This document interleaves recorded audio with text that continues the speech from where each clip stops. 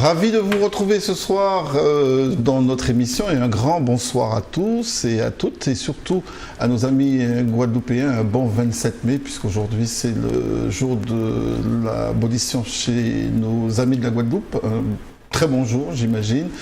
Respect pour 27 mai, respect pour 22 mai, respect pour 9 ou 10 juin, je crois que c'est 10 juin pour la Guyane. En tout cas, à tous, soyez les bienvenus. Nous parlerons des lieux de la mer. Ah, ça c'est quelque chose qui est sacré.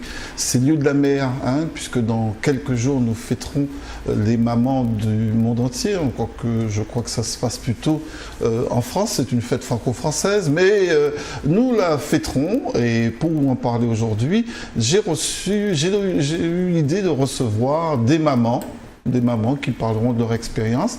Et j'ai demandé à Josette Delblanc, qui elle n'est pas maman, mais qui intervient sur notre antenne, de m'accompagner. Non, vous ne serez pas exclus. De m'accompagner, Josette Delblanc, qui, comme vous le savez, présente sur notre chaîne Mahogany.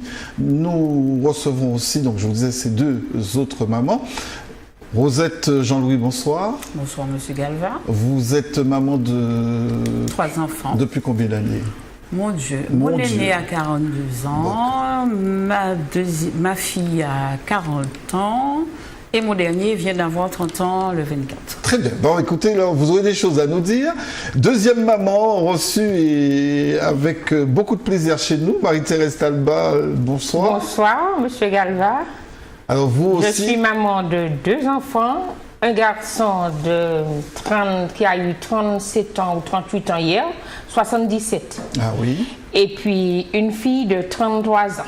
Très bien. Alors si on vous a invité, c'est pour que vous nous parliez évidemment de votre expérience de maman, mais pour aussi parler de la façon dont vous êtes positionné face à vos propres mamans. Hein, puisqu'il est intéressant de voir est-ce qu'on reproduit en tant que maman l'image qu'on a eue de sa propre maman. Il y a des questions qui se posent de ce type-là. Est-ce que nous serions plutôt dans la reproduction ou dans l'opposition à cette image? Est-ce qu'on se poserait aussi la question de savoir est-ce que cette maman doudou, maman créole, est-ce que c'est vraiment un mythe ou est-ce que c'est une réalité? Est-ce que vous pensez qu'il y a une façon antillaise, créole d'être maman? Ou alors est-ce que toutes les mamans du monde sont pareilles? Et puis, est-ce qu'on est forcément aimant? Est-ce que maman, c'est synonyme forcément d'amour? Est-ce que le principe d'être maman, c'est d'aimer ses enfants? Est-ce qu'il peut y arriver des moments où on a des situations un petit peu extrêmes? Vous aussi, au 71 27 07, vous nous appelez, vous. Et j'aimerais bien que vous nous appelez très vite pour nous dire un petit peu, vous, quel est le souvenir, qu'est-ce que vous retenez de votre expérience, soit de maman ou de votre maman elle-même? Est-ce que vous avez aussi un regard à poser sur les nouvelles maternités, ces jeunes mamans, hein, on en parlera aussi. 71 27 07, n'oubliez pas que c'est une émission interactive et vous aurez évidemment la priorité sur le plateau. En attendant, évidemment, la première question viendra à Josette. Qui, comme je disais en introduction, n'est pas maman, mais un regard évidemment sur ces mamans de maintenant et celles que vous rencontrez dans votre émission Mahogany, c'est-à-dire ces mamans. Y a-t-il une évolution? Bien sûr, je pense que c'est un rôle, le rôle de mère qui a évolué et qui évolue parallèlement à l'évolution du statut et du rôle de la femme au sein de la société. C'est-à-dire qu'on est maman physiologiquement de la même façon qu'il y a des millénaires, oui. Mais la façon d'aborder et d'être avec son enfant évolue parce que aujourd'hui les femmes travaillent, sont bien souvent chefs de famille, hein? Ce qui était vrai il y a aussi une cinquantaine ou une soixantaine d'années, hein, puisqu'on parle beaucoup de cette maman potomitan de nos sociétés antillaises et martiniquaises. Mais je crois que le rapport à l'enfant a beaucoup évolué avec l'apport, donc le changement de statut, hein, l'activité à l'extérieur de la maison des femmes. Et également l'implication et l'apparition de tout un tas d'acteurs à votre image, des psychologues, des sociologues qui étudient en long, en large le rôle et l'interaction.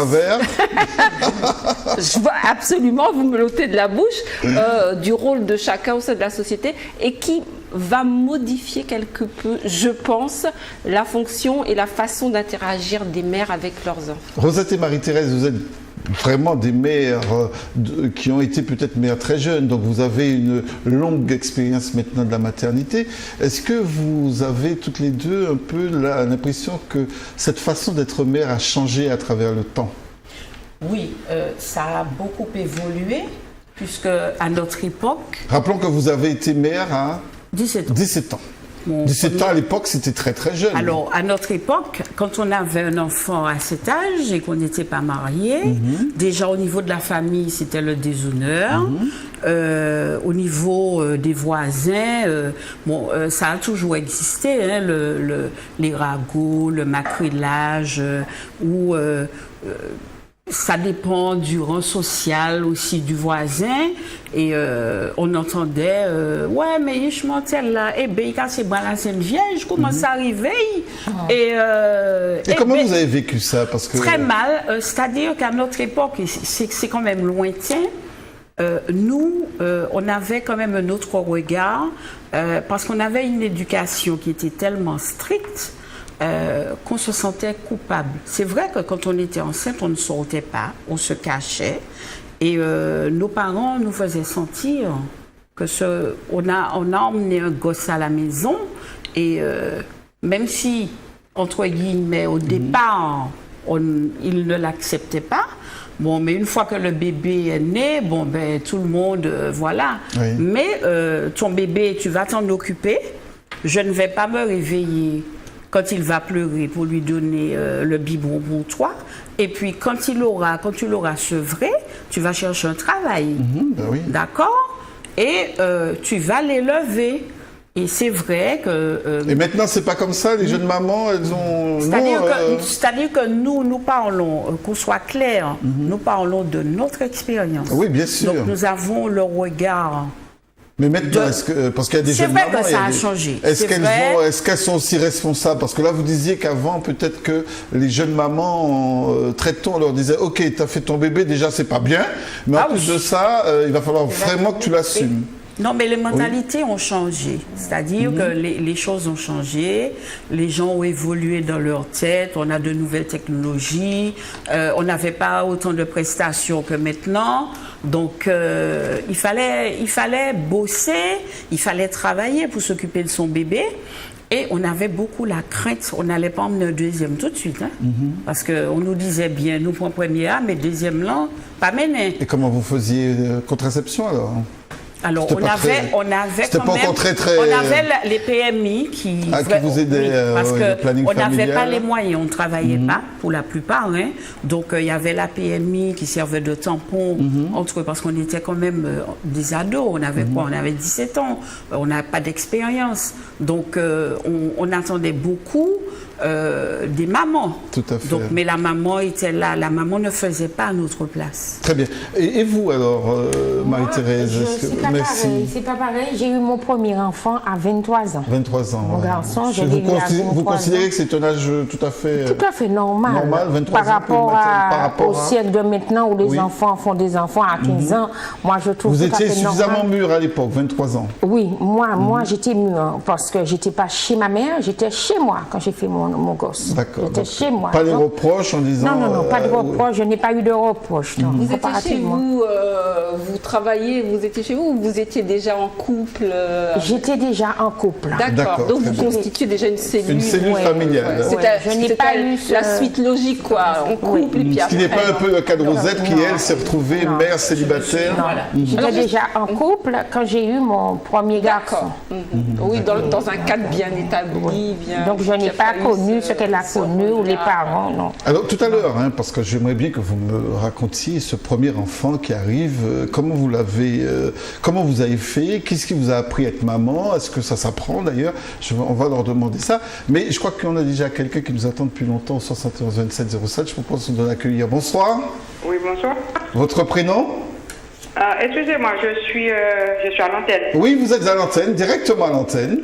Bonjour monsieur, ça fait quelques minutes que j'attends, mais enfin. Voilà, ben oui, mais pardonnez-nous. C'est pour la pause. Oui. Alors, on vous écoute. Votre prénom? Mon prénom? Prénom. Yvonne. Yvonne, alors on vous écoute, Yvonne. Et je suis dans de la Guadeloupe. D'accord, vous nous appelez de la Guadeloupe. Alors, on vous écoute. Oui, monsieur. Bon, votre sujet dans cette émission me plaît beaucoup. Oui. Je vous dis 3 garçons, 47 ans. Non, 40 ans, 45 ans, 44, 34. Alors, des enfants. Oui. C'est un gros boulot. Oui, c'est... Pourquoi vous dites que c'est un gros boulot? Si vous tenez avec vos enfants comme il faut, donc c'est un gros boulot, je vous dis, monsieur. C'est pas facile des petits enfants. Oui. Mais à mon époque, disons pour moi, c'était facile parce que moi, j'ai gardé l'éducation de mes parents et j'ai pu inculquer mes enfants. Et aujourd'hui, comme les enfants inculquent alors aux enfants. D'accord, donc il y a eu une transmission qui s'est faite de l'éducation que vous avez faite. D'accord. Une transmission fondamentale.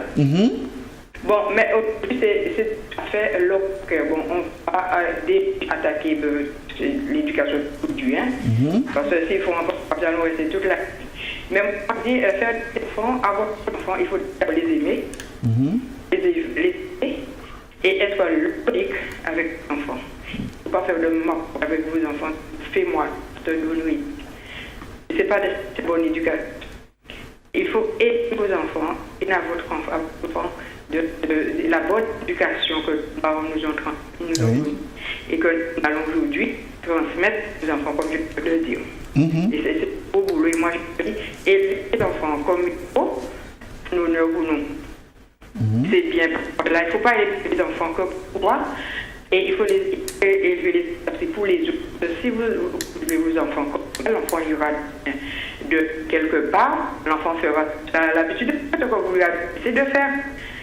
Donc, ça ne sera pas bien non pour l'enfant, ce sera son avantage. Oui. Et, comme je vous dis, élever les enfants, vous devez les aider, et les envoyer à l'école. Parce que moi, je me rappelle quand mes enfants étaient, j'envoyais mes enfants avec leur chemise, avec 5 boutons. Je dis, vous tournez avec une chemise, tu retournes ta chemise avec 5 boutons. Et avec les dans les chaussures, je ne veux pas, je veux que tu retournes, moi je t'envoie à l'école. C'est des principes de la bonne éducation, former ses enfants, donner à ses enfants ce qu'il faut, et avec ça, vous sortez demain avec l'enfant. Eh bien, dès que vous êtes vous n'êtes stressé parce que vous avez fait un travail ou vous avez fait un bon travail. Bon, aujourd'hui, je ne vais pas mobiliser parce que je dois laisser les autres, mais aujourd'hui, c'est le mental. Très bien. Yvonne, on vous entend. Les mamans d'aujourd'hui. D'ailleurs, la jeune qui fait l'enfant aujourd'hui, l'enfant aujourd'hui, ne sait pas prendre en responsabilité. Les enfants devaient aujourd'hui prendre soin d'eux d'abord, à savoir comment moi je me conduis. D'abord, comment moi je fais ceci, je fais cela, et après je ferai un enfant. Et comme, pourquoi il faut des enfants aujourd'hui, nous n'avons cette question-là, mais je dis aujourd'hui, les enfants ne savent élever les enfants. Très bien. Merci Yvonne, on vous entend. Même si je ne vais pas mobiliser comme je vous dis, merci de m'avoir écouté. Je dis aux mamans jusqu'à dimanche, je vais dire à toutes les mamans qui m'entendent. Et alors, bonne fête et puis bon courage. Merci Yvonne, merci infiniment. On a écouté avec beaucoup de précision, même si effectivement la communication était quelque peu hachée, mais on a entendu un mot important et c'était d'ailleurs le sujet sur lequel je voulais revenir avec vous, la question de la transmission. Alors, vous arrivez 17, 23 ans, vous avez votre premier enfant, mais qui vous a appris à être maman? Est-ce qu'on apprend à l'être en fait? On devient maman, hein, on n'apprend pas. Hein, on devient maman. Au fur et à mesure, on fait des erreurs. Et puis, sur le temps, on grandit, on évolue. Donc, après, ça va tout seul. Moi, c'est comme ça. Hein. j'ai pas eu. Je savais que ma mère nous avait éduqués, pas pour faire des enfants, mais nous avions l'éducation que nous avons reçue des parents. Et puis après, bon, tu évolues, hein.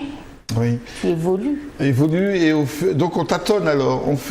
C'est par tâtonnement qu'on y arrive, parce que quand je vous entends Marie-Thérèse, j'ai l'impression que quand l'enfant arrive, on apprend au fur et à mesure à devenir maman. Oui, j'ai appris à devenir maman de moi-même. De vous-même. Oui. Alors donc la question de la transmission ne vous a pas particulièrement touché. Par exemple, vous, Rosette, est-ce que vous avez appris de quelqu'un cette fonction?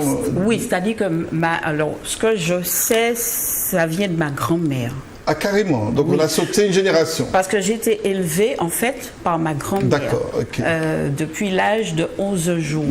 Donc, en fait, et ma grand-mère, elle a eu 3 filles qui ont... La première a eu 6 filles. Donc, on a évolué dans un milieu, mais on était très encadré par la grand-mère qui, même si on avait 8-9 ans, mais elle nous parlait déjà.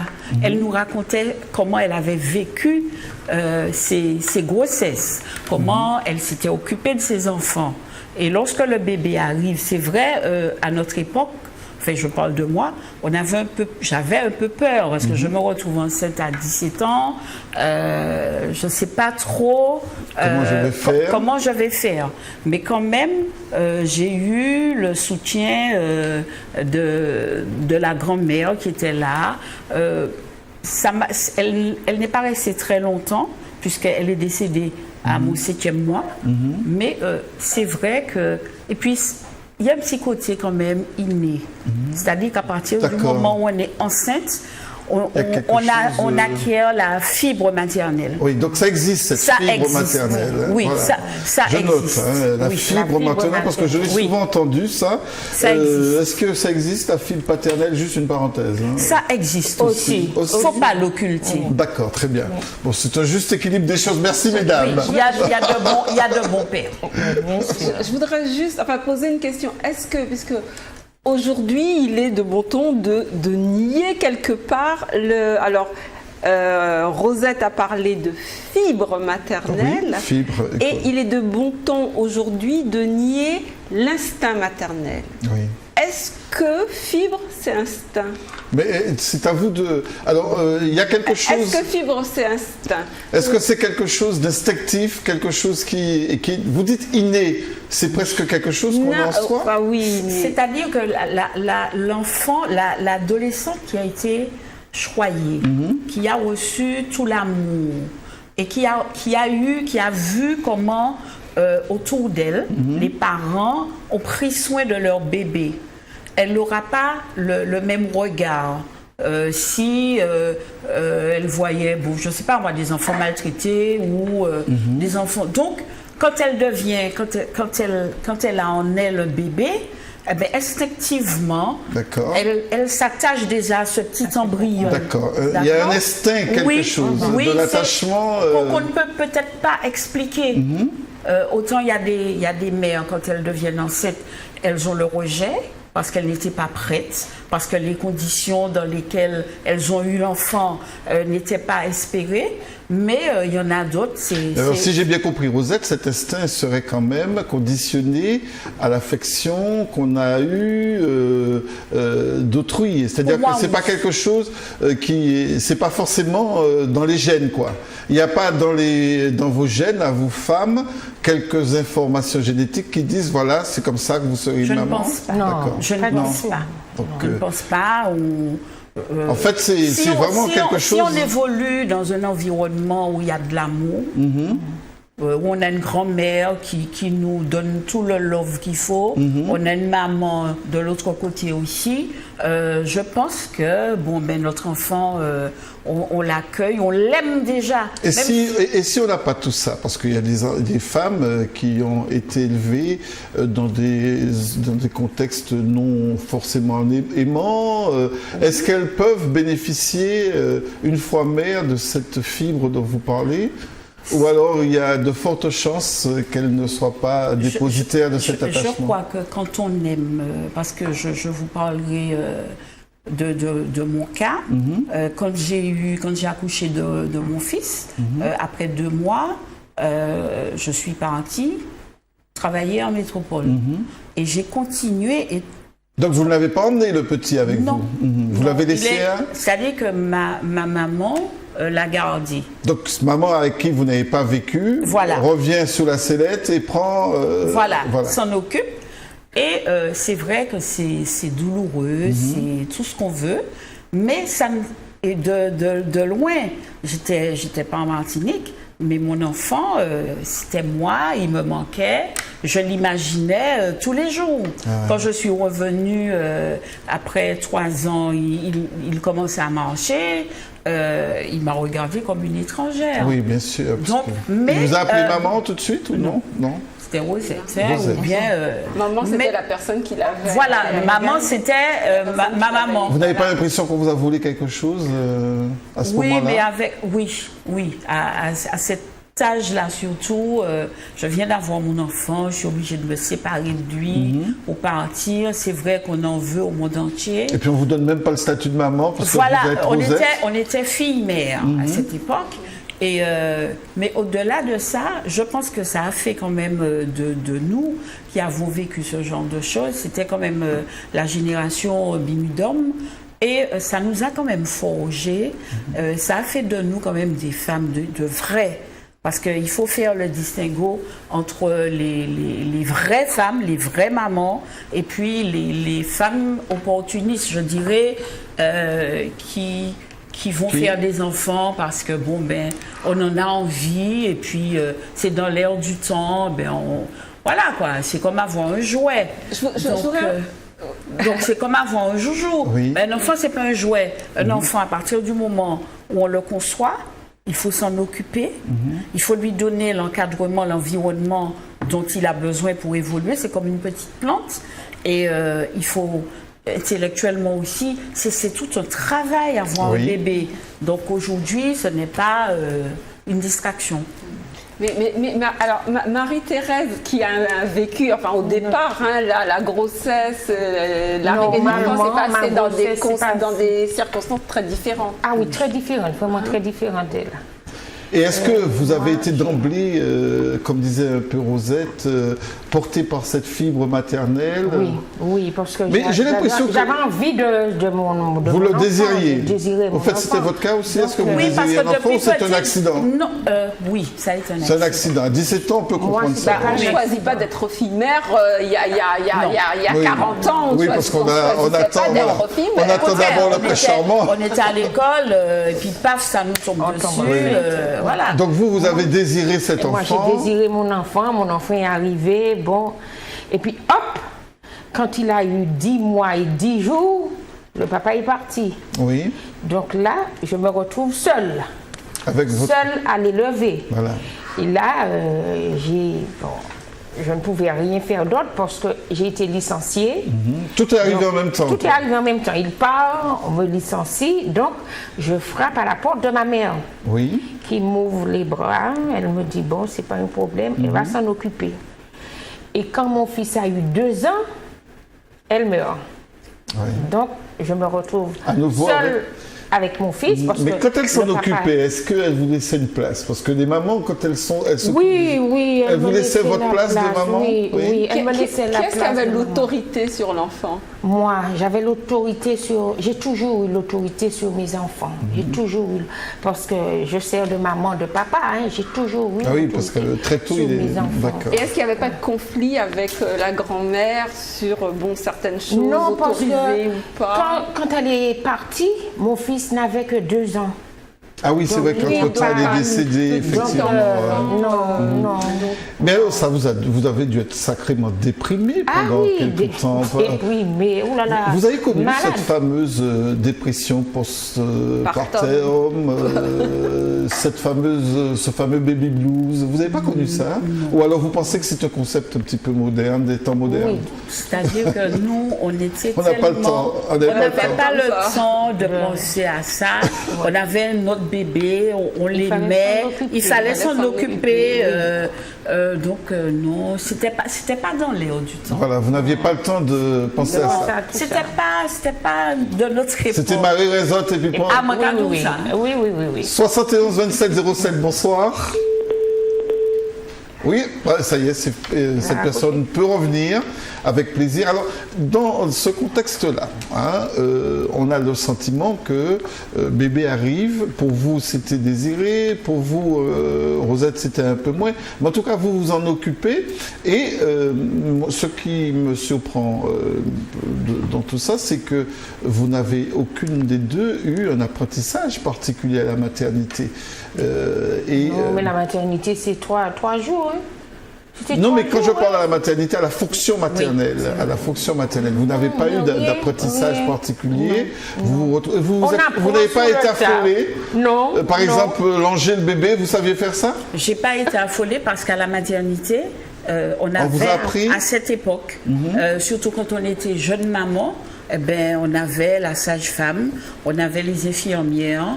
Quand la montée de lait est arrivée, puis qu'on avait mal, on disait non, on ne pourra pas lui donner à téter parce qu'on avait des crevasses. Elles étaient là comme une deuxième maman. On reprend le contact avec notre téléspectateur. Bonsoir. Allô? Oui, bonsoir. Votre prénom? Monique. Monique, soyez la bienvenue, on vous écoute. Merci. Voilà, j'appelle dans le cadre de l'émission. C'est-à-dire, je voulais poser une question. J'ai entendu ces femmes parler parce qu'effectivement, quand une jeune femme hors du mariage elle n'est pas toujours bien vue jusqu'à nos jours, malheureusement. Mais la question que je voulais poser, j'aimerais savoir, ce jeune homme qui au nom de l'amour, qui a fait cet enfant avec cette jeune femme, que dit-on de lui? Ça, c'est important parce qu'on a trop tendance à pointer du doigt sur la femme. Alors, je dis, elle n'a pas fait cet enfant tout seul. Elle n'est pas plus sale qu'une autre. Ok, parce que bien souvent, les gens voient toujours le péché du sexe. Il n'y a pas que le sexe dans la vie. Il y a autre chose aussi.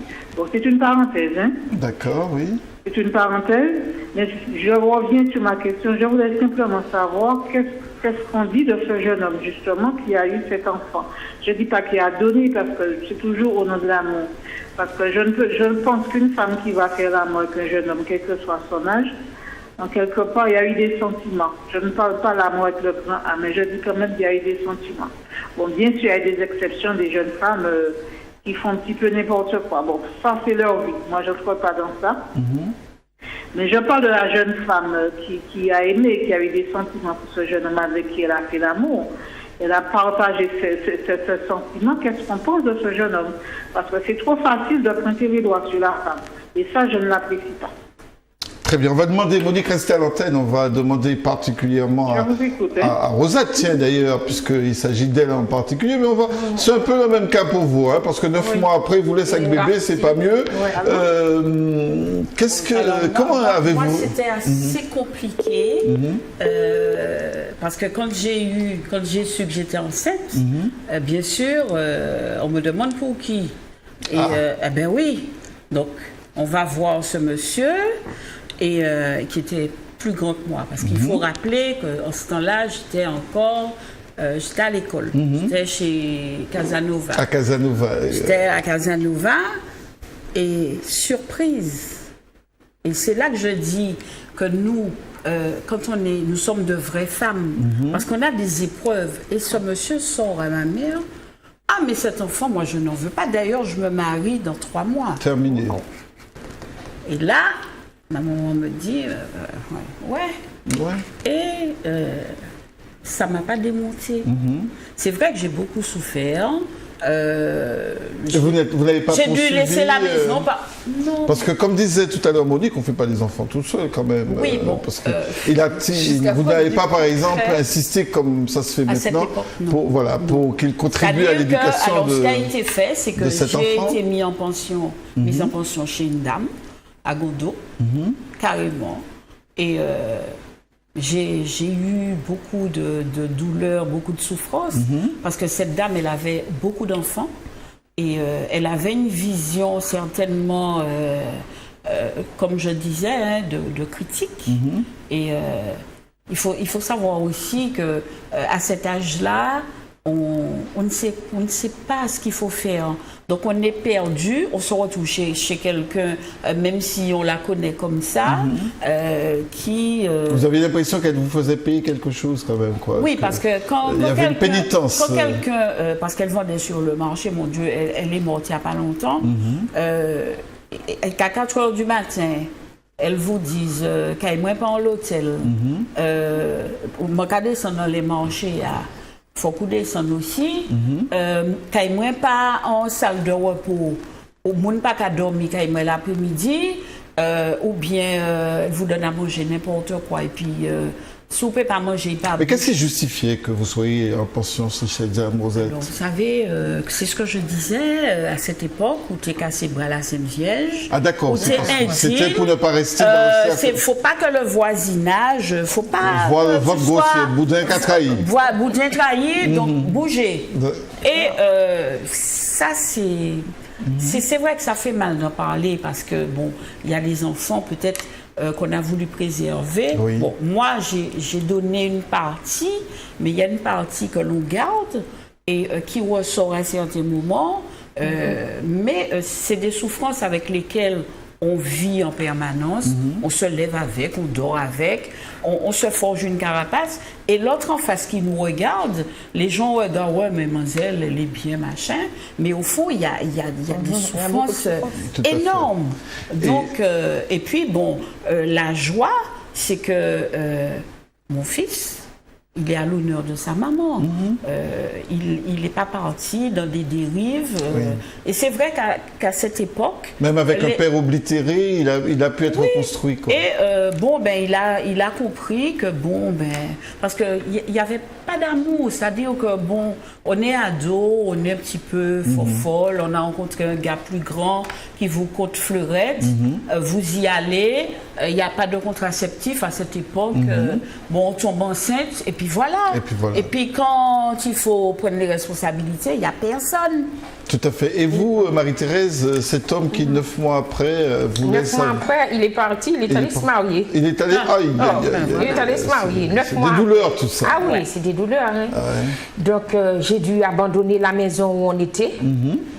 Donc votre projet de couple conjugal s'est effondré. Oui, et après j'ai dû retourner chez mes parents parce que j'ai été licenciée. Il y avait et vous n'y arrivez pas, vous n'avez pas poursuivi, vous l'avez laissé partir? Non, j'ai laissé partir. Je voulais pas de problème parce que je me suis dit bon, c'est bien fait pour moi. Ah bon, vous vous culpabilisiez? Ah oui, je me suis dit c'est bien fait pour moi, donc là maintenant je vais m'occuper de mon fils. Et c'est comme ça qu'il est parti, mon fils avait 10 mois, 10 jours. Oui, c'est ce que vous disiez.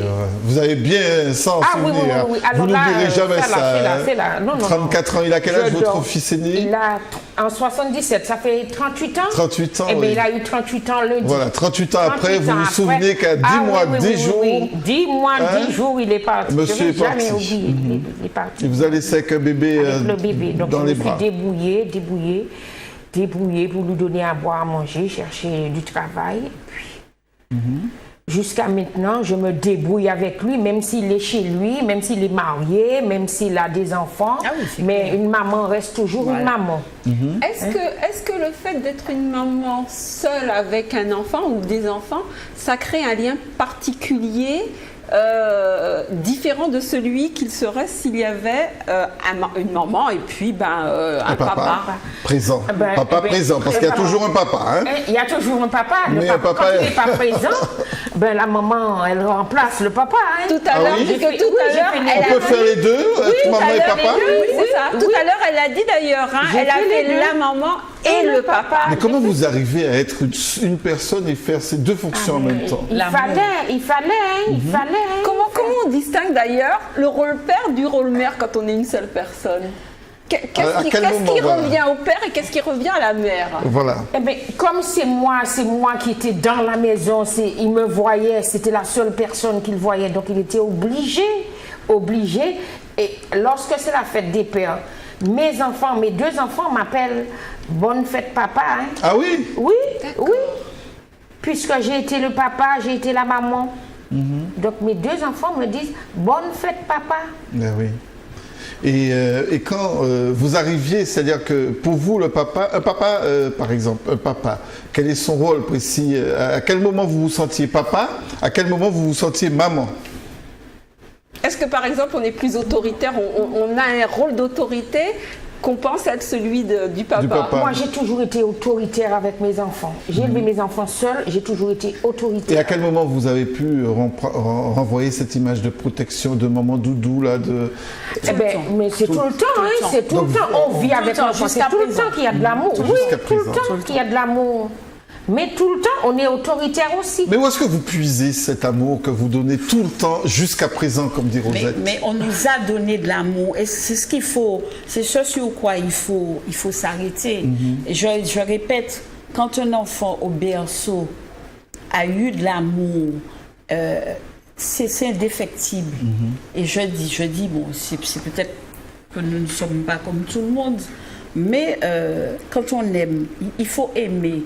Et l'amour remplace tout. Mais vous avez été blessée en tant que femme. Mais c'est clair. Déjà dans vos maternités, il y a quelque chose de la mais blessure. Contre, ça n'a pas joué dans votre relation avec vos enfants? Non, pas du tout. Parce que je répète, j'ai eu un encadrement à la maternité qui était exemplaire. Oui, mais ça ne dure que 4-5 jours. N'empêche que c'est la première fois qu'on met au monde un enfant. Donc on a 17 ans, on est perdu. Et à côté, vous avez un personnel soignant qui vous prend comme une maman le soir, qui vient vous aider à l'été, qui va vous demander mais comment tu as fait pour avoir l'enfant. Qui ne vous culpabilise pas. Non, pas du tout. Et qui va vous dire ma chérie, attache-toi les reins, c'est une erreur de jeunesse, tu vas te retrouver toute seule. Oui, mais c'était pas dans l'esprit ah ouais, tu as eu un enfant, tu es une cochonnerie. Voilà, aujourd'hui, on n'avait pas cette image. Même si la personne peut penser ouais, il était moins chaud, hein, à 17 ans, puis il y a l'éléphant riche. Mais on n'avait pas ce regard systématique de l'autre. Tandis que maintenant, ça parle dans tous les sens. Oui, maintenant, on fait comme un enfant comme on boit un verre d'eau. Très bien. Et puis, sauf que ça ne doit pas être aussi simple de boire de faire un enfant plutôt que de boire un verre d'eau. Alors, on écoute quelqu'un au 71 27 07. Bonsoir. Oui, on vous écoute. Allô, oui. Oui, bienvenue. C'est Jocelyne. Jocelyne, soyez bien la bienvenue. Oui, justement, parce que j'écoute l'émission là, je suis en cours là. Oui. Et oui, mais je trouve que, enfin, moi j'ai eu 3 enfants. Oui. Et puis. Ils ont quel âge, Jocelyne, vos enfants? Mon aîné a eu 29 ans. 29 ans, oui. Au mois d'avril. Mon second va avoir 28 ans. Et ma fille va avoir 26 ans. D'accord, très bien. 16 mois et 40 entre les deux. Et j'assume, les 2 garçons sont en métropole et ma fille est ici. Je suis fière je les ai éduqués tout seuls. Vous les avez élevés toutes seules? Oui, toutes seules. Je suis en métropole, ça fait 20 ans que je suis revenue. Mes 2 garçons sont repartis faire les études en métropole et ils ont trouvé du travail, ils sont restés. Ma fille est restée avec moi. Et le fait d'être à la fois, vous êtes toute seule, est-ce que vous avez eu l'occasion ou voire l'obligation d'épouser les 2 rôles, un peu comme Marie-Thérèse, être à la fois maman et papa? Oui, c'était ça, oui, j'étais maman et papa. J'ai toujours été, en fait, je voulais des enfants avec, je voulais pas changer. Hein. Bon, je le dis, les hommes sont tous pareils. Moi, j'ai tenu, je voulais 3 enfants. J'ai eu 3 et puis, à un moment donné, quand ma fille a été, sa première entrée à 3 ans d'école, la scolarité, j'ai dit non, ça je ne peux plus. Et 2 ans après, je suis partie en Martinique, je suis retournée. Ma fille avait 5 ans. Oui. Et mon deuxième fils, mon second avait 7 ans et mon fils aîné avait 8 ans, parce qu'ils ont 16 mois d'écart. Alors, vous voyez, maintenant, je veux ça. Vraiment, entendre justement l'émission là, je me suis dit vraiment, il faut que j'appelle pour dire vraiment, il y a des femmes, il faut être forte. Oui, et quand vous dites qu'il faut être forte, ça veut dire qu'en fait, quand même, il y a des souffrances derrière une maternité. Quand on est seul à élever les enfants, il y a des souffrances alors. Ah oui, là maintenant, je dis aussi, hein, même mon fils, mon deuxième, qui me dit, maman, j'ai vu, tu as souffert, tu nous as pas fait voir, mais je dis oui, mais non. Je ne faisais pas mes enfants voir la souffrance qu'ils voyaient. Je ne disais pas quoi. Je ne disais pas, je ne sentais pas mes enfants. Hein. Mais en aucun cas, vous n'avez, par exemple, au cours de cette existence, Jocelyne dit qu'il fallait quand même que vous responsabilisiez le père et que vous le fassiez, qu'il s'associe à l'éducation de ces 3 enfants qu'il avait fait avec vous. Reprenez, je n'ai pas compris. J'ai dit, est-ce que pendant cette période-là, est-ce que vous avez eu l'occasion de le responsabiliser, l'appeler, lui disant, m'a pas fait cette maman là tout seul Non, je n'ai rien dit. Je vous avais jamais rien demandé. Non, je dis c'est moi, je tenais. Vous teniez. Et non, je dis non, c'est moi, maman, il faut que je sois forte, je être forte. Et je suis partie en plein hiver, en 2014, hein, en plein hiver avec les enfants. Hein. En 2014 2014, pas 2014. Les enfants sont... 74. En 74, en plein hiver, vous partez avec votre marmaille et vous dites... En Martinique. Hein. Voilà, vous êtes retourné au pays. Au pays, non, je me suis dit non, ça c'est, j'allais devenir gangasse dans ce moment-là. J'ai pris ma retraite et puis je suis revenue. Hein.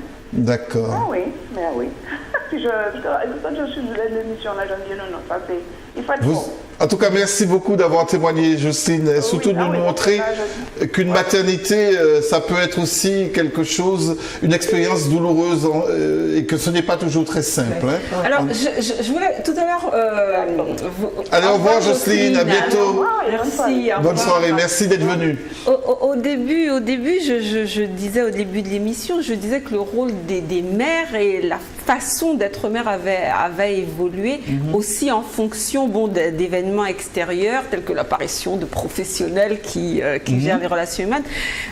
On note la différence entre ces mères qui ont élevé des enfants seuls sans solliciter le père. Tout à fait. Alors qu'aujourd'hui, on a l'impression qu'une mère qui a un enfant seul, si elle ne sollicite pas le père, d'abord par l'intermédiaire directement, par la justice, par ceci, par cela, on a l'impression qu'elle elle considère qu'elle n'a pas fait son boulot. Or, qu'est-ce qui explique à votre avis le fait que... Pourquoi vous n'avez pas sollicité les pères de vos enfants? Parce qu'à partir du moment où tu m'as donné un gosse et puis que tu t'en occupes pas, pour moi, c'est bon là. Tu vas aller te faire voir ailleurs, je vais te montrer que c'est un défi que je vais relever, il sera quelqu'un demain. Et la plupart des pères qui ne s'occupent pas de leur enfant, lorsque l'enfant a dans la société quelqu'un, c'est Ishmael, mais là, soit il vit vagabond, c'est pas taillé. Donc nous, à notre époque, on s'attachait les reins. Et puis on montrait au mec, frère, tu es un géniteur pointré. Donc là, tu peux... Marie-Thérèse, c'est la même. Oui, Marie-Thérèse, il est parti, voilà. je suis partie, moi j'ai élevé mon enfant toute seule. Et puis, sans le solliciter, parce que je savais qu'il était parti, mais où il est parti, c'est vaste, hein, il est parti. Donc je n'ai rien demandé, je me suis occupée de mon fils. De temps en temps, c'est après que j'ai su, hein, il venait en vacances, il venait surveiller où j'habitais pour voir l'enfant. D'accord. Mais il avait quand même le souci qu'il avait fait un enfant quelque part en Martinique. Oui. Mais est-ce que vous, les enfants, ont posé des questions sur leur père? Voilà. Non, mon fils ne m'a jamais posé de questions. Oui, les enfants, mon fils ne m'a jamais posé de questions. Et et qu'est-ce que vous leur disiez à ce ton moment-là? papa, tu sais, il m'a donné, oui, et puis il est parti. Voilà. Est-ce que ça a posé des problèmes à l'enfant? C'est-à-dire que, bon, c'est vrai que les enfants ont beaucoup de souffrance. On parle des mamans qui souffrent, mais l'enfant, intérieurement, l'enfant va à l'école, il voit le papa qui vient chercher ses enfants, ou bien quand il y a des fêtes à l'école. C'est vrai que les enfants souffrent énormément, même en étant adultes. C'est-à-dire qu'on ne peut pas être totalement les deux, quoi, finalement. Parce qu'il y a un moment où l'enfant voit le manque. Parce que là, je vous entendais dire que vous êtes papa et maman en même temps. L'enfant vit dans une société quand même où il voit un papa, une maman. Oui. Et il a envie, le petit garçon a envie de jouer au ballon, a envie de sortir avec son père. Même si on essaie au maximum de compenser. Mais les enfants adultes ont des souffrances inavouées. Que vous portiez vous-même aussi avec eux. Mais qu'on continue, parce qu'il ne faut pas qu'on se voile, il ne faut pas qu'on soit hypocrite. Parce qu'on se dit, j'ai 17 ans, j'ai un gosse, j'ai quand même grandi, je vieillis, Et on regarde un petit peu en arrière. Et ils sont maintenant grands, vos gosses. Est-ce qu'ils ils ont 40 ans, ils ont 38 ans, s'agissant de ce petit abandonné à 10 mois, 10 jours. Est-ce qu'ils vous en parlent de ces pères oblitérés jusqu'à présent? Mon fils ne m'a jamais parlé. Jamais parlé. Pour lui, c'est un non-événement. Oui. Par contre, il pas forcément, Fred. Oui. C'est-à-dire le fait de ne pas en parler, ça ne veut pas dire que ça peut être une pudeur. Non, mais quand il était gamin, c'était un enfant malheureux, c'était un enfant triste. Oui. Donc il a été Et vous ne lui en parlez pas non plus, de toute façon, comme il vous en parlait pas? Je savais qu'il était triste, je savais qu'il était malheureux. Je ne parlais donc pas. Vous évitiez de... Au contraire, j'essayais de le couconner tout le temps. De compenser, comme disaient vos aides. Oui, de compenser. On essayait au maximum de les protéger. Très bien. J'essayais de lui donner tout ce qu'il voulait. Pour le faire oublier, mais l'enfant peut-être qu'il vous regarde là, il saura que vous saviez qu'il souffrait en silence. Même en étant adulte, et c'est encore plus mauvais. Quand tout grand, ils sont mariés, ils ont des enfants, mais à un moment, ils se disent si j'avais eu mon père près de moi, à certains moments, je serais peut-être plus épanouie. Et puis après, pour ne pas faire de la peine aussi, ils se disent bon, en tout cas, ils ne vous ont pas reproché quoi que ce soit. Non. Par contre, ils posent beaucoup de questions pour savoir comment je m'étais débrouillée, comment je vis les choses. Mais bon, et c'est vrai que la maman, et je répète, la vraie maman, elle ne va pas tout déballer. Elle aura toujours ce petit regard, ce petit côté protecteur qui fait ce que j'ai vécu, je ne veux pas que mes enfants le subissent. Très bien. Nous poursuivons la conversation, si vous voulez, avec nos téléspectateurs. Bonsoir. C'est à vous. Oui, on vous écoute. Bonsoir, vous êtes à l'antenne. Peut-être que vous ne le savez pas, on vous le dit. Allô, oui, bonsoir. Oui, bonsoir. Tiens, nous avons un homme, parce que ce n'est pas qu'une affaire de femme, vous avez bien raison. Votre prénom? Oui, c'est Laurent. Laurent, soyez le bienvenu, Laurent. Oui, alors bonsoir à ces braves mères. Oui. Bonsoir. Ces fortes mères. Oui, mais la façon dont elles parlent, ce qui veut dire qu'elles n'ont pas refait leur vie. Même s'il n'y avait pas un père, mais il y avait un autre monsieur qui jouait le rôle du père. Il y avait un beau-père qui remplaçait le père. Il n'y a pas eu ça? J'ai jamais voulu donner de beau-père à mes enfants. Hein? J'ai jamais voulu de... Alors, vous n'avez pas refait votre vie, madame? Bon, ça ne veut pas dire que je ne suis pas sortie avec des hommes, mais c'était en dehors de la présence de vos enfants. Vous les mettiez vraiment... C'est-à-dire que à partir de ça, je n'ai jamais voulu avoir un homme maritalement chez moi. D'accord. Pas de beau-père aux enfants. Ceci dit, je ne vais pas fustiger un homme. Je suis une femme, je ne vais pas non plus dire que tous les mecs, on les met au rebut. Cela ne veut pas dire ça. Mais on avait aussi cette pudeur de ne pas... C'est comme du temps de nos grands-parents où... Quand le papa partait, tonton était à la maison, et alors que c'était pas tonton. Et vous, Marie-Thérèse? Moi, j'ai eu un deuxième enfant, donc j'ai eu quelques... Voilà, vous avez une deuxième. Mais est-ce que ça s'est passé différemment ou ça s'est passé différemment. Écoutez, c'est moi qui cours d'ailleurs. C'est moi qui cours d'ailleurs. Alors là, c'est moi qui vais y partir. Donc c'est longtemps après alors. Longtemps après, j'ai eu... 5-6 ans après, j'ai eu ma fille. Donc, je suis restée peut-être jusqu'à l'âge de 15 ans. Elle avait 15-16 ans. Et puis après vous vous êtes dit, non, là, c'est bon, quoi. C'est bon. C'est bon. Allô? Oui, Laurent vous écoute. Par contre, je dirais autre chose.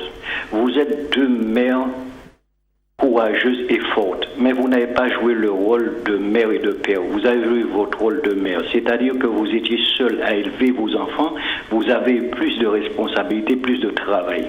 Mais vous ne pouvez pas jouer le rôle de père, parce qu'à ce moment, vous avez deux visages. Non, vous êtes de bonnes mères, de braves mères. Vous avez su surmonter les obstacles. Effectivement, quand on est deux à élever un enfant, c'est plus facile, mais quand on est seul, c'est beaucoup plus difficile. Laurent, est-ce que ça veut dire qu'il est impossible, voire en tout cas difficile, voire impossible de compenser l'absence du père? Autrement dit, est-ce qu'on est, quand on est mère célibataire, on n'est que mère? Mais on peut pas, une mère ne peut pas être père. C'est difficile pour un homme d'admettre qu'une femme puisse jouer Et un son père ne peut pas rôle. être mère. C'est impossible, c'est impossible. C'est impossible. À ce moment, c'est-à-dire, à ce moment-là, vous déséquilibrez l'enfant. C'est-à-dire, l'enfant voit toujours la même personne, et tantôt vous avez le visage de père, tantôt vous avez... Non, l'enfant est perturbé comme ça. Non, non, non. Vous êtes une mère, quand il faut être sévère, vous êtes sévère, quand il faut être gentil, même si le père était présent, vous serez pareil, vous deviez être pareil, sinon vous n'étiez pas vous-même. Alors, je peux vous poser une question, Laurent? Oui, sans problème. Alors, que pensez-vous des pères et des mères qui vivent ensemble et le père, il est totalement absent, ce qui fait que la maman est obligée de jouer son rôle parce que le papa, soit qu'il est avec ses copains et puis qu'il oublie qu'il a des enfants, quand il rentre le soir, les enfants dorment, quand il part le matin, les enfants sont déjà partis à l'école. Et les enfants disent, mais moi c'est maman quand je vois dans la maison, papa je ne te vois pas. Qu'est-ce que vous pensez de ce cas de figure? Surtout, vous dites qu'on s'est substitué en quelque part au papa. Parce que je connais beaucoup de femmes qui sont mariées ou qui vivent en couple et le papa est quasi inexistant, c'est la maman qui fait tout. Alors est-ce que pour... Justement, il joue pas son rôle, c'est un irresponsable. Voilà. Vous jouez pas le rôle du père, vous faites tout, il vous laisse tout à charge. Voilà, mais alors vous êtes en train de dire qu'il n'est pas possible tout de même qu'une mère puisse jouer le rôle de père. Non, c'est-à-dire qu'elle a beaucoup plus de travail, elle a beaucoup plus de responsabilités. Effectivement, ça la fatigue, et je suis contre ça, parce qu'ils ont été deux pour faire cet enfant. Normalement, l'un doit aider l'autre, ça je suis pour. Mais un père, pour moi, j'appelle même pas ça un père. J'appelle pas ça un père. C'est un géniteur. Laurent, est-ce qu'un père peut jouer le rôle de mère alors? Non plus. Non plus. S'il se retrouve seul avec ses enfants, il a beaucoup plus de travail. Il a beaucoup plus de travail, il a beaucoup plus de responsabilités, c'est vice-versa. Parce qu'à ce moment, on est obligé d'adopter deux visages, on n'est plus soi-même. D'accord. Pour vous, les rôles sont suffisamment... Vous me comprenez assez bien, je pense. Et pour vous, les rôles sont suffisamment cloisonnés pour qu'il n'y ait pas, selon vous, une confusion de genre, quoi. Voilà. C'est-à-dire, ces mères-là, ce sont des mères qui ont été courageuses, fortes. Elles ont eu plus de travail qu'une mère qui était avec un père responsable. Est-ce qu'on peut dire qu'elles sont des super mamans, Laurent? Pardon? Des super mamans? Oui, parce qu'il faut beaucoup de courage, beaucoup de volonté, et comme elles disent, elles ont eu beaucoup d'amour, et effectivement, dès qu'on a un enfant, on a de l'amour, et ça encourage, ça renforce, parce que surtout pour une mère, parce que c'est la mère qui fait voir le jour à l'enfant, même si le père participe à la conception. Mais c'est la mère qui donne vie à l'enfant, c'est la mère qui met au monde. Et j'adore les mères, c'est grâce à une mère, je vous parle là. C'est grâce à une mère. Laurent, oui? Laisse-moi te dire, tu sais, mon fils, quand il était déjà marié, hein, oui. Tu sais que son papa est revenu me voir. Et il a longtemps observé, hein, il m'a longtemps observé et il est revenu me voir pour me féliciter. Pour me dire, c'est bien. Il est revenu me féliciter pour me dire que... Et il a reconnu aussi son irresponsabilité. Oui, tout à fait. Vous avez été très intelligente, vous avez été... Et vous avez été encore beaucoup plus forte de l'avoir accepté. Puis... Oui, il fallait que j'écoute. Voilà, mais t'as écouté, c'est tout. Écoute-moi, j'ai écouté, il était fier de moi, il m'a félicité, il m'a dit que c'est bien, son fils a grandi, il m'a dit c'est fils où? Il m'a dit oui, comment je peux le dire? J'ai dit bon, j'écoute toujours. Son fils a grandi, son fils s'est marié, il est allé chez son fils, il a vu la maison de son fils, comment son fils est installé et tout. Il est venu me féliciter. Oui. Et puis, il m'a demandé de revenir. Ah non, là par contre, si vous l'avez accepté, vous... Oh, dis donc. Non. Tu as vu mon potard? Non, là... Tu as vu ma tête? Ah bon? Ne me fais pas te dire ce que je lui ai dit. Tu supposes ce que je lui ai dit. Oui, Si un jour on se rencontre, je te dirai ce que je lui ai dit. et par contre, vous savez pourquoi j'ai parlé comme ça? Parce que de même qu'il y a des hommes des pères irresponsables, mais admettons que vous avez un homme et il décède, il n'est plus là non plus, hein? Oui, mais alors... C'est pas la même chose, hein? Oui, mais il y a l'absence. C'est pas pareil. Il y a l'absence de l'homme. Comment? C'est pas de L'absence de l'homme. Oh, c'est pas la même chose. Un père, c'est un homme c'est doré, mais il y a l'absence. Vous serez obligé de les élever seuls. Laurent, vous disiez tout à l'heure que vous adorez les mères et quelle qualité vous leur conférez aux mères? Qu'est-ce qu'il faut pour être une bonne mère, quoi, comme diraient les Marseillais, tiens? Qu'est-ce qu'il faut pour? Quelle qualité? Oui. Parce que vous dites que vous aimez les mères. Qu'est-ce que vous appréciez dans cette fonction maternelle, dans cette position maternelle? Non, je ne dirais pas que c'est une fonction. Je ne dirais pas que c'est une fonction. Et une mère, on fait croire qu'on apprend à être mère. Et effectivement, dès enfant, on voit comment on fait notre maman. Comment elle fait. Et des fois, enfant, on fait déjà le rôle d'une maman ou d'un père. Parce que des fois, on a des petits frères ou des petites sœurs, on s'en occupe. Donc, maman va travailler au papa. Vous comprenez? Ça, c'est déjà un apprentissage. Et une fois que vous aimez, une fois que vous portez de l'amour en vous, il n'y a aucun problème d'être maman, d'être ceci, d'être cela. Du moment que vous avez l'amour en vous, vous emmenez que du positif. Oui, mais c'est un coup de poker, parce qu'on n'a pas toujours des familles, Laurent, et ce sera ma dernière question, c'est un coup de poker, parce qu'on n'a pas toujours des familles où l'amour est partagé, l'amour est bien reçu. Alors ça veut dire que si on tombe dans une famille où il y a des carences affectives, comme on dirait dans mon jargon, eh ben on a des risques de ne pas être... Très structuré et pas forcément de bons parents, c'est ça? Non. Non. En principe, une, mais en principe, pour moi, ce sont des exceptions. Les pères irresponsables, les mères irresponsables, les mères mal. Pour moi, c'est là les exceptions. D'accord. Parce que c'est pas la majorité, c'est la minorité. D'accord. Donc pour vous, minorité. Et j'appelle pas ça. Un père qui s'en va, c'est un irresponsable, c'est un coq. Et une femme qui abandonne ses enfants, c'est une pondeuse. Qui abandonne, j'ai dit. Hein. Oui, donc pour vous... Je ne dis pas une femme qui est obligée de placer son enfant pour un laps de temps, parce que justement, c'est par amour qu'elle le fait, pour aller chercher mieux pour ses enfants, par amour. Est-ce que vous concevez alors qu'une maman puisse ne pas aimer ses enfants? C'est pas de maman. C'est pas de maman. C'est pas de maman, c'est une pondeuse. Très bien. Le mot maman, quand on dit une maman, c'est automatique. C'est automatique. Papa, c'est automatique. C'est automatique. C'est pourquoi je dis un coq ou une pondeuse. Très bien. Merci Laurent. Merci. On apprécie toujours votre franchise. Alors la question de la qualité justement de cette fonction, on l'a posée à des personnes dans la rue. On leur a demandé est-ce que pour eux, pour elles, ces personnes, il y avait des qualités précises pour être maman. Alors je vous propose de regarder quelques réponses recueillies par nos journalistes ce matin dans les rues de Foyal.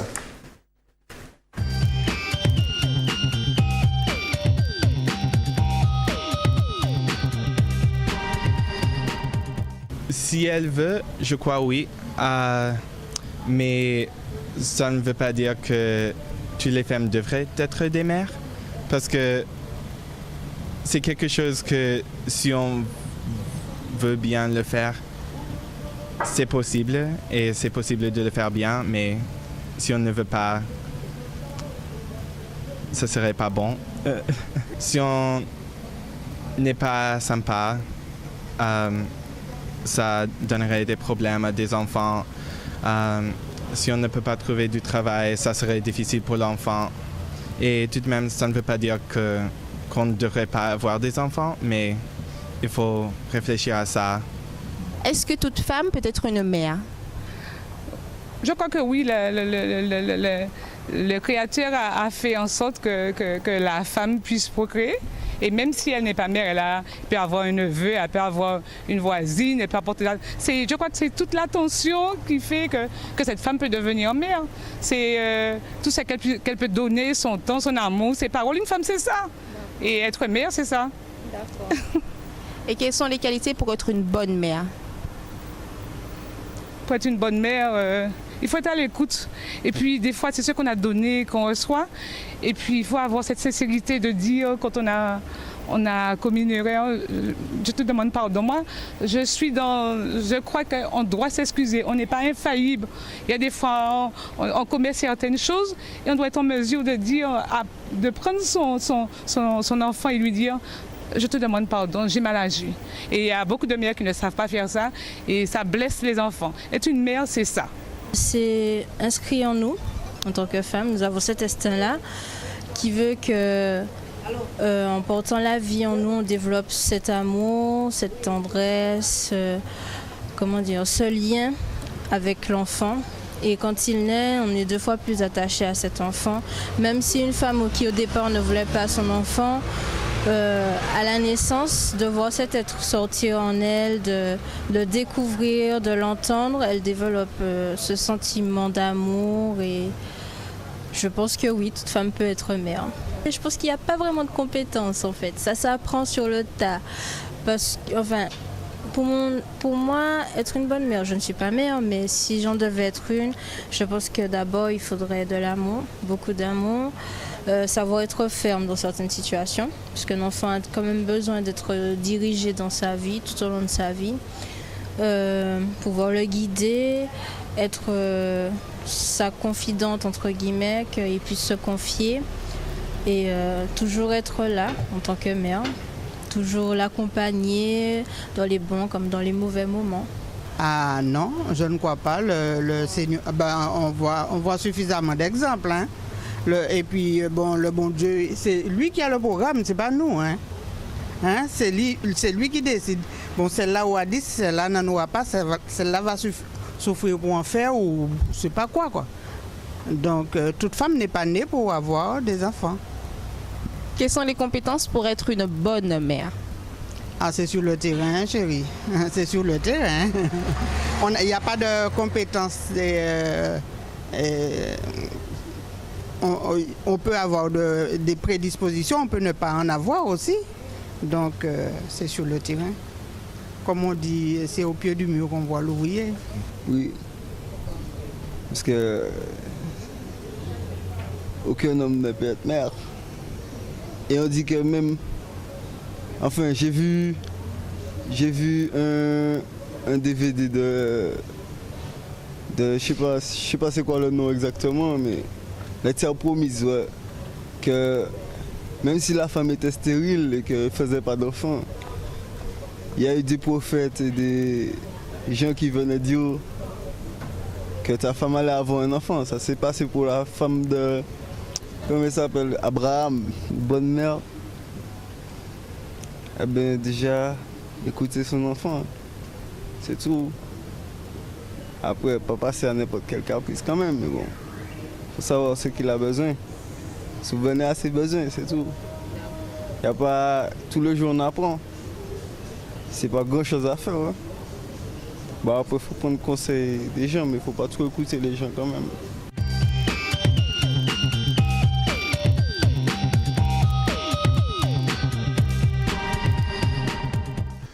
J'ai observé, mesdames, que vous regardiez avec attention. Il y avait même parfois des remarques. Est-ce que vous voulez réagir par rapport à ce qu'on dit quelques passants de Foyal ce matin sur cette fonction? Oui, la jeune femme là, qui a parlé, elle a dit que même si elle n'est pas encore mère, et elle est revenue au constat que nous avons fait tout à l'heure, c'est de l'amour. Quand on aime... Est-ce que l'amour suffit pour élever? L'amour ne suffit pas, mais l'amour est un vecteur. L'amour, c'est l'essentiel, parce que quand on n'aime pas, on a une plante, on la met là et puis on ne l'arrose pas, on ne lui parle pas, et oui, mais ça, elle meurt. Un enfant, c'est pareil. Le premier geste de donner à téter à son enfant, ça crée un lien, mais extraordinaire. Donc si à partir de là, une maman, sa fibre ne bouge pas et elle n'est pas accrochée à son enfant, c'est qu'il y a un problème. Mais en vous écoutant, vous pourriez semer le doute chez certaines mamans qui se disent, mon Dieu, je les écoute, c'est des super mamans. En plus, Laurent vous en a mis plein. Non, on n'a pas la prétention. Ça peut peut-être, on peut imaginer que certaines puissent douter en disant, est-ce que je suis dans la bonne place? Est-ce que je fais vraiment ce qu'il faut? Est-ce que ça vous est arrivé peut-être à vous douter non, pas de ça. votre Ça m'est jamais arrivé, non.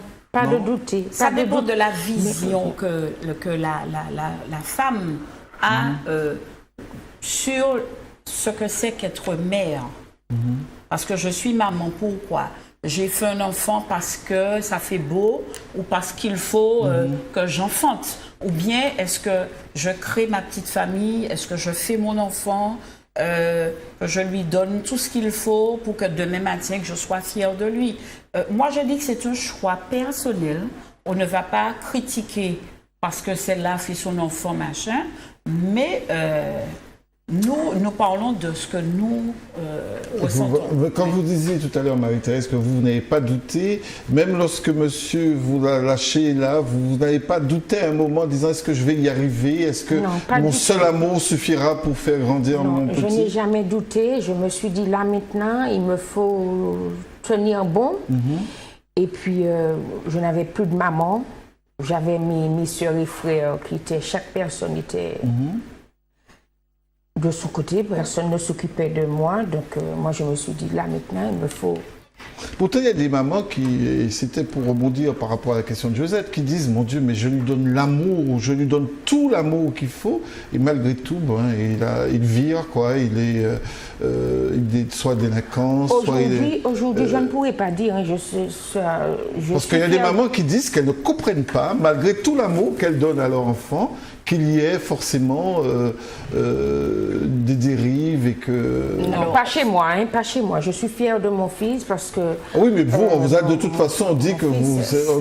Non, mais mon fils, c'était carré. Chez nous, c'était carré. Surtout quand on fait les deux rôles, en plus, Marie-Thérèse. J'ai fait les deux rôles. Le monsieur a dit qu'on ne peut pas faire les deux rôles. Laurent a dit qu'on ne peut pas faire les deux rôles. Moi, j'ai fait les deux rôles. Donc, c'était carré. Je reprenais mon fils quand il fallait. Et aujourd'hui, je suis fière de lui. Et je reviens à ma question, parce que c'est important pour celles qui nous écoutent, et ceux aussi. Comment vous expliquez que malgré tout l'amour que certaines mères puissent porter à leur enfant, cet amour ne soit pas suffisamment structurant au point que ces enfants puissent dériver Je pense que ça doit faire l'objet d'un autre débat, mais comme je disais... on est dans l'amour maternel, oui, on est dans les mamans, on est dans les mamans doudou. Oui, je suis d'accord, mais la société, elle a changé. C'est vrai que c'était des exceptions, que quelqu'un de jeune fasse un enfant au moins à 17 ans, 15 ans. Et puis, moi, je me rappelle qu'il y avait cette grand-mère, on avait les grands-mères qui étaient là et qui veillaient au grain.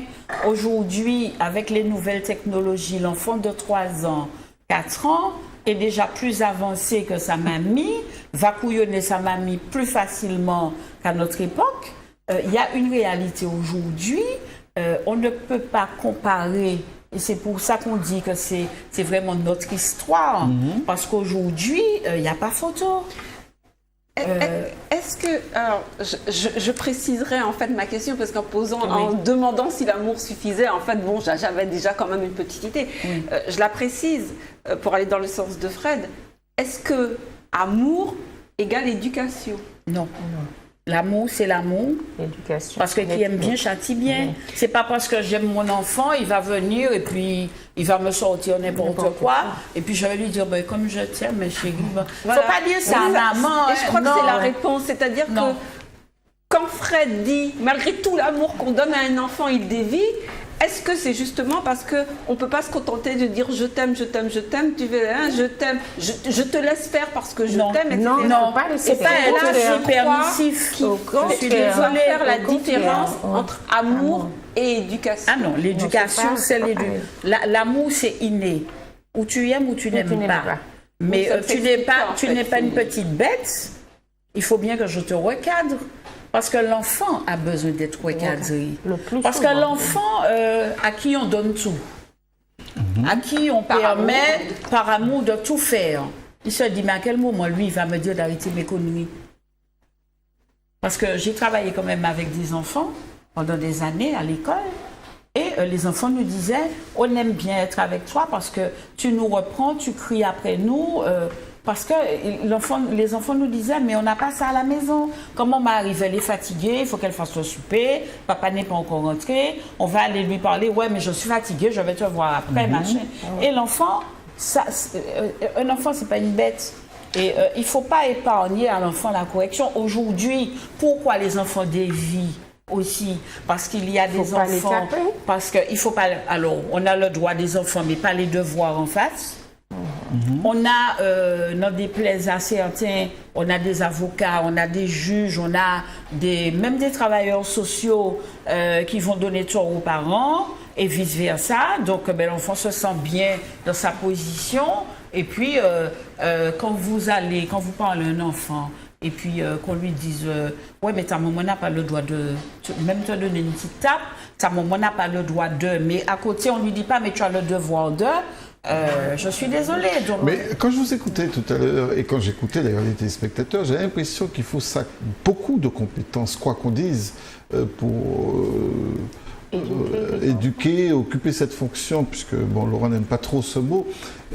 Mais à quel moment on soutient ces mamans? Est-ce que vous pensez que les mères sont suffisamment soutenues dans leur mission, dans notre société? Non, pas du tout. Pas du tout. Qu'est-ce qu'il faudrait faire alors? Vous qui avez passé des travers sans soutien, je crois qu'il faudrait revenir à mon époque. Ah bon? Ben voyons. Voyons. Ne serait-ce que sur ce volet-là, parce qu'on ne va pas y arriver.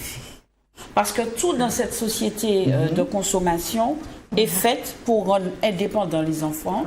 Et pour leur montrer, qu'à la limite, tu vas faire ton job, tu achètes, tu te crées ton univers, et puis ta maman, comme elle vieillit et puis elle est un peu dépassée, voilà. Aujourd'hui, la société crée ce que nous sommes en train de vivre. Parce qu'il n'y a pas de limite. Quand vous avez un gamin de 10 ans, 12 ans qui est dans une salle de cinéma tout seul, ou qui a sa télé et puis qui regarde tout et n'importe quoi, qui n'est pas contrôlé, où on va me dire, ouais, mais tu es vieux jeu, c'est du temps de la guerre 14, ou cycle 3, mais voilà, ça donne ça. Vous avez répondu en cœur qu'il faudrait les soutenir, c'est quoi? Financièrement, augmenter les allocations par alors là, on n'avait pas beaucoup d'allocations, les enfants étaient habillés, nos enfants mangeaient. Parce qu'on leur a appris à faire avec ce qu'ils ont. Ton voisin a une paire de Nike de trucs, eh bien, va faire, demande au voisin. Avant, on demande à ma grand-mère, tu n'as pas besoin qu'on enlève 2 petites branches d'herbe pour toi, pour avoir un petit à présent, non, j'attends le facteur et puis voilà. Donc, c'est pas un progrès, ça, ce soutien financier qui est apporté aux mamans et aux papas, mais enfin surtout aux mamans. Oui, s'il est bien. Non, mais je vous Marie-Thérèse. Non, moi je n'ai pas connu ce progrès, donc je me suis débrouillée. Donc c'est pourquoi je dis, bon, si c'est un progrès pour les autres, mais. Est-ce que vous trouvez ça positif? Allez. Pour ces allocations familiales qu'est-ce que vous en pensez? Cette aide financière? Il y a des familles qui ont besoin de cet argent. Il y a des familles qui ont besoin. Et puis il y a d'autres qui les parents isolés, par exemple, les mamans. Parce que vous étiez des mamans isolées, vous n'avez pas eu. Oui, on était des parents isolés, mais on n'a pas eu cet argent. Mais là, il y a des parents qui méritent. Oui, c'est vrai. Mais il y a d'autres, s'ils prennent l'argent pour acheter des cheveux, des vêtements et puis des chaussures, non. La CAF, c'est pour les enfants. Point. La CAF égale enfant. Ok, donc vous dites pas forcément... Si cet argent est utilisé pour sa fonction, oui. C'est quoi sa fonction, en fait? C'est-à-dire subvenir aux besoins des enfants, mais pas pour... Mais comment on va contrôler ça alors, Rosette? Ben, c'est le problème de la CAF. C'est certainement pas le vôtre, quoi. Non, parce qu'à chacun son métier et les moutons seront bien gardés, parce que on connaît comment le système fonctionne. Hein? Oui. Donc, il faut que la CAF fasse son boulot, il faut que les travailleurs sociaux fassent leur boulot, il faut que la police fasse son travail. Quand une gamine va dire au policier, ma maman m'a battu, le policier va convoquer la maman et puis il va dire à l'enfant, mais il faut porter plainte parce que ta maman n'a pas le droit de te donner des coups. C'est toute la société qu'il faudrait reprendre. Alors, vous disiez tout à l'heure qu'il faut les soutenir. Alors, qu'est-ce qu'il faut faire? Faire des cours, les soutenir dans des groupes, parce qu'il y a des grands projets d'aide à la parentalité. Vous n'avez pas connu ça, mais maintenant ça se fait. Oui, est-ce que c'est des bonnes choses? Pourquoi pas? Mais il y a-t-il une volonté de ces mamans de se faire aider aussi? Parce que je me rappelle une fois, il y a une jeune qui m'avait dit « Ouais, mais c'est bien beau de venir nous dire ça, mais ça c'était de votre temps. Mais aujourd'hui, nous, c'est pas pareil. Nous, on a évolué, nous, on a tous les moyens qu'il faut, sauf que il n'y a pas le mode d'emploi là. Pour être une bonne maman, il faut l'avoir. Hein. Sauf, vous êtes toutes les deux déjà grand-mères peut-être? Oui, j'ai deux petites filles. Deux petites filles et vous? J'ai deux petits garçons et une petite fille. Donc, vous voyez leur maman. Est-ce que vous intervenez en tant que grand-mère? Est-ce que vous arrivez à donner des conseils aux mamans de vos petits-enfants? Je n'ai pas, enfin bon Dieu merci, je n'ai pas à donner de conseils parce que mes enfants ont eu la même éducation que j'ai reçue. C'est-à-dire que les conseils, ils étaient avant. Ils étaient c'était programmé. Ils ont eu, ils sont allés dans le droit fil et c'est vrai qu'ils ont un petit peu mon tempérament. Et vous veillez sur l'éducation de vos petits-enfants? Vous regardez si ce que vous avez transmis est bien appliqué? Oui, et je dis que les souffrances, c'est vrai qu'on a beaucoup souffert, qu'on continue à souffrir, mais le résultat est que ces enfants nous le rendent bien. C'est-à-dire, il nous, par leur amour aussi, il nous montre que vous avez souffert pour nous, mais ce n'était pas en vain. Quoi. Et vous, Marie-Thérèse, comment vous faites vis-à-vis de vos petits-enfants? Vous intervenez? Oui, j'interviens de temps en temps parce que, comme les parents travaillent, donc quand il faut les garder, je les prends. Quand il faut les emmener, je les emmène là où il faut. Je fais de mon mieux, j'essaie de faire de mon mieux pour mes petits-enfants. Est-ce que vous voyez une différence entre la façon dont vous avez élevé vos enfants et la façon dont, alors je me cantonnerai à vos filles, puisqu'elles sont mères, elles élèvent elles-mêmes leurs enfants? Moi, c'est mon fils. Son fils, c'est mon fils. Oui. Donc, c'est ma belle-fille qui élève ses enfants. Oui. Elle élève ses enfants à sa manière. Mais des fois, il y a des choses qui ne vous plaisent pas, peut-être. Oui, il y a des choses qui ne me plaisent pas. Je lui dis. Je lui dis. Et puis après, elle me dit, bon, ok. C'est source de conflit, non? Non, jamais. Vous ne trouvez pas trop intrusive? On dit ça, mamie, c'est pas problème, mamie? Non, pas du tout. Pas du tout. On s'y reste à notre place. Parce que de toutes les façons, elle a besoin de moi. Elle travaille, donc elle a besoin de moi. Donc si je lui dis, tu as fait ça mal, elle va comprendre que elle a fait mal. Il faudrait qu'elle me dise, bon, comment je vais faire Donc, mais alors c'est marrant parce qu'en fait après avoir assumé un rôle de mère auquel ça ne me dérange pas. Elles étaient prêtes. Là vous abordez un autre rôle qui est celui de grand-mère. Ça ne me dérange pas. Et là j'ai l'impression que les deux rôles se ressemblent ou pas? Voilà. Non, il faut. Alors le souci c'est qu'il faut que la grand-mère, elle a donné, elle a conçu, elle est allée jusqu'au bout de ce qu'elle devait faire.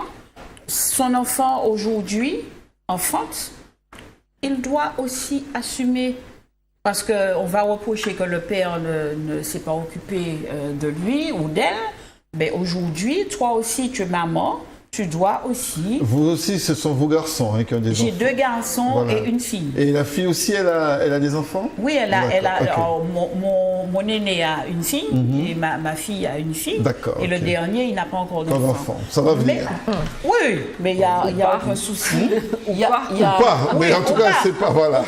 Mais moi, je me dis qu'il faut laisser aux parents, à nos enfants, il faut les laisser assumer le rôle de parents. parce que c'est très mauvais. Oui, mais c'est très tentant parfois de dire oh papa. Attends, moi c'est pas comme ça qu'à fait. Non, mais on n'ira pas jusque-là, mais si l'enfant mérite un petit coup de redressement, on va lui dire écoute, je sais que je suis ta mamie, je suis pas ta maman. Eh ben, si tu ne veux pas que je te reprenne, eh ben, va chez ta maman. Ah ouais, il faut. Carrément. Ah ben, non, mais attends. Eh ben, un jour, mon fils m'a dit, maman, quand tu as mes enfants, la même éducation que tu m'as donnée, donne à mes enfants cette éducation pour moi. Mon fils qui me l'a Oui, mais les enfants ne sont pas. C'est sans doute le plus beau compliment qu'on puisse faire à sa mère. Oui, bien sûr, sauf que les enfants ne sont pas toujours réceptifs à ça, les petits-enfants. Parce qu'ils sont déjà dans des. Ah ben pas chez moi. Hein. Pas chez moi, parce que mes petits-enfants, je les ai pris au berceau. J'ai accompagné la maman. Donc, mes petits-enfants, c'est mamie. On a peur de mamie, on ne fait pas du n'importe quoi avec mamie. Hein. Ah non, pas du tout. Moi, par contre, je suis très complice avec mes petites filles. C'est-à-dire que, bon, c'est vrai que les mamies ont toujours. Elles ont plus de temps, mais elles ont cette petite touche. En plus, qui fait que les enfants se confient plus. Elles vont se servir de leur grand-mère comme leur confidente. Parce que la maman, peut-être, l'expérience de la mamie va plus jouer que celle de la maman.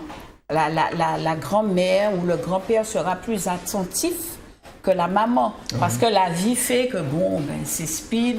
Puis la mamie, elle est là, elle a le temps de voir évoluer sa petite fille. Et les petits-enfants ont tendance à demander à leurs grands-parents, mamie, de ton temps, c'était comment? Il y a ce rôle de transmission. Voilà, de transmission. Et ça, ça crée des liens. Et quand je regarde, il y a des hommes qui ont 30-40 ans, qui sont très accrochés à leur grand-mère. Et quand la grand-mère meurt, mais on a l'impression qu'ils perdent une partie d'eux-mêmes. Parce que c'est vrai que les grand-mères, c'est des amours. Autant il y en a peut-être qui sont... bon. Vous êtes heureuse d'être des grand-mères maintenant? Oui, très heureuse. Est-ce que vous avez l'impression d'être aussi battante que lorsque vous étiez maman? Ou vous avez un peu avant? Oui. Vous êtes vigilante alors? C'est-à-dire que, alors, ça dépend. Comme je dis, chacun a son histoire. Mais quand on est passé... par où nous sommes passés, cet amour, on veut pas le garder pour soi. Et je fais partie d'une association de personnes âgées. Et la présidente, à qui je rends quand même honneur, elle développe chez ces gens l'amour, l'entraide, le respect. Et avec ces grandes personnes qui ont travaillé dans les usines et qui ont beaucoup souffert, eh ben, on se dit, mais on a encore des valeurs et on a encore des gens qui transmettent. Et quand elles racontent ce qu'elles ont subi en élevant leurs enfants, ce n'était pas facile, attacher leurs enfants dans leur dos pour aller dans les champs de canne. Et elles le disent avec tellement d'amour. Elles auraient pu dire, ouais, mais en fait, je m'ai été à papa à Pati. Non. Et c'est ça. Et si on peut donner... mon Dieu, un petit conseil, parce que bon, on ne veut pas être des donneurs de leçons non plus. Donner de l'amour.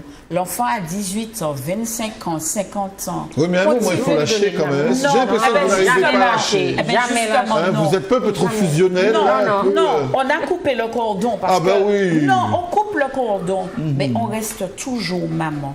Toujours. On va toujours donner de l'amour. Et c'est pourquoi qu'on a cette dérive aujourd'hui. Mais ça va Katari, l'amour, là. Non, l'amour est indéfectible. C'est pas un l'amour, non, mais puis femme, c'est un l'amour. C'est le cordon soluble. Le cordon ombilical, l'enfant, il est resté 9 mois. Donc, pour moi, c'est un lien qu'on a jusqu'à ce qu'on meure. Alors justement, parlant de la mort, parce qu'il y a certainement aussi des choses très douloureuses pour ces mamans qui meurent et qui laissent...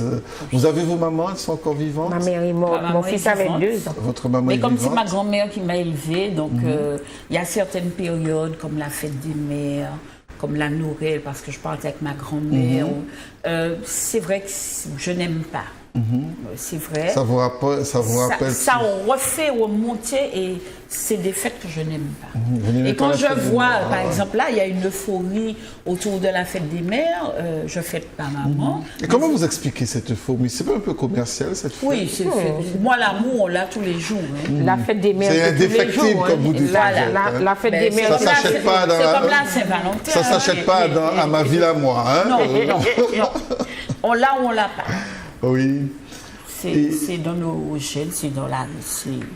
Ça ne s'explique pas. Ça se vit, ça se donne et ça se voit. Et pour vous, quand ça sonne, la fête des mères, ça résonne comment? La fête des mères, c'est tous les jours pour moi. La fête des mères. Dimanche, c'est un jour comme un dimanche. C'est tout. Vous n'aurez pas l'impression d'être honoré un peu plus que d'habitude? Non. Moi, c'est tous les jours. Si mes enfants me témoignent leur affection, même si je ne les vois pas tous les jours, mais ils savent que leur maman est là, qu'ils aiment leur maman. Ça me suffit, j'ai pas besoin de cadeaux. Moi non plus, pas de cadeaux. Le plus souvent, on vous donne un cadeau et puis bon, parce que c'est la fête, on vous donne un cadeau, point. Donc, et puis vous êtes là toute la semaine, on ne s'occupe pas de vous, on ne vous appelle pas. Voilà, donc moi, et vous savez que ça existe dans notre pays. Vous qui travaillez avec des personnes âgées, vous savez que il y a des mamans. Elles sont souvent, elles le disent. Qui sont seules. Mais il y en a qui sont tellement bien, les enfants, les chouchoutes, tout au long de l'année. En parlant de ça, justement, nous avions invité aussi Josette Delblon, qui est productrice d'une émission Mahogany et qui s'amène vers un projet. Je ne vais pas trop en parler. Non, donc, mais effectivement, juste Mahogany, alors j'en parle parce que c'est un horaire qui n'est pas celui du soir, donc c'est pas le même public. Donc Mahogany, ça va faire bientôt 3 ans que j'ai créé et j'anime cette émission, qui est un magazine du bien vieillir à la Martinique, où on aborde différentes thématiques en relation avec, d'une part, le vieillissement personnel, les personnes âgées, mais également à l'échelle de la Martinique, puisque on a de plus en plus de personnes âgées, il y a un vieillissement accéléré de la population et à tel point que d'ici une quinzaine d'années, on sera le 2e département le plus âgé au niveau national. Dans une quinzaine d'années, on ne sera plus un département. Enfin, on sera la 2e collectivité, on va dire. On sera, parce que là, il va falloir décrocher, Josette Delblon. Non, mais bon, on n'est pas dans un débat politique, on n'est pas dans un... Bon, bref. Donc, pour le moment, on est encore département, donc jusqu'à preuve du contraire... donc dans l'ensemble national, on sera effectivement le 2e territoire le plus âgé, avec énormément de personnes âgées. Et donc l'idée, c'est de préparer les gens à leur propre vieillissement, mais également leurs enfants au vieillissement de leurs parents. Parce que s'il y a quelque chose, on a beaucoup parlé des mères qui sont là, qui sont présentes jusqu'au bout, il arrive un moment où l'enfant devient le parent de ses parents. Oui, mais est-ce que c'est une position confortable, ça, être le parent des parents? Est-ce que c'est pas un peu comme Laurent disait, non, c'est pas possible, on peut pas être père et mère, donc on peut pas être enfant et parent? Malheureusement, je pense qu'on a parlé du rôle, l'importance du lien d'amour de la mère avec ses enfants. Je crois qu'à un moment, c'est l'enfant qui, parce qu'il a eu cet amour, trouve tout naturel de s'occuper de ses parents, de sa mère ou de son père, parce qu'ils sont âgés, parce qu'on vit de plus en plus vieux. Donc quand on commence à atteindre les 90 et en montant, on a des capacités, ça nous arrive, ça vous arrivera à vous comme à tout le monde. Merci. On sent qu'on a des capacités physiques et mentales parfois qui décroissent. Et donc, souvent, les enfants qui sont encore en activité se trouvent face avec des parents, à prendre en charge des parents qui n'ont plus la possibilité de vivre de façon autonome. Alors, il y a une bascule qui se fait, qui est difficile, parce que voir quelqu'un qui nous a toujours soutenus, c'est à notre tour de les soutenir, c'est psychologiquement difficile, matériellement difficile, et donc effectivement, je travaille en ce moment. Bon, on devient aidant familial, alors ça nous tombe dessus.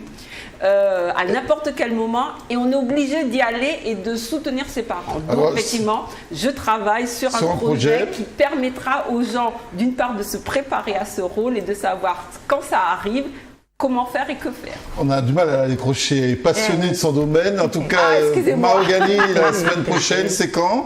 Alors, Mahogany... Très rapidement, parce que le régisseur me fait comprendre. Mardi 5 juin. Voilà. Mesdames, merci Rosette, que j'avais pas vue depuis bien longtemps. Merci Marie-Thérèse, merci Josette et merci aussi à Yvonne, à Monique, à Jocelyne, à Laurent et à toutes ces personnes qui n'ont pas pu nous appeler. Un grand merci à Hervé qui a assuré la réalisation technique de cette émission. Très belle fête des mères à toutes ces mamans qui nous regardent ou qui seront avec nous très certainement pendant ces jours prochains. Prenez soin de vous, on se retrouve dans 15 jours. Merci.